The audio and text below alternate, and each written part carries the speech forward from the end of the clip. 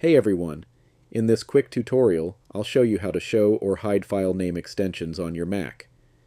First, open Finder. Once Finder is active, you'll see Finder appear in the top left corner of the menu bar. Click on Finder, then select Settings from the drop-down menu. In the Finder Settings window, go to the Advanced tab.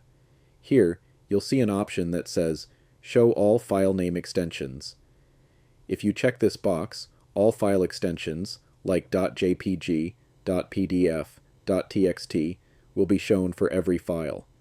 If you uncheck it, extensions will be hidden globally.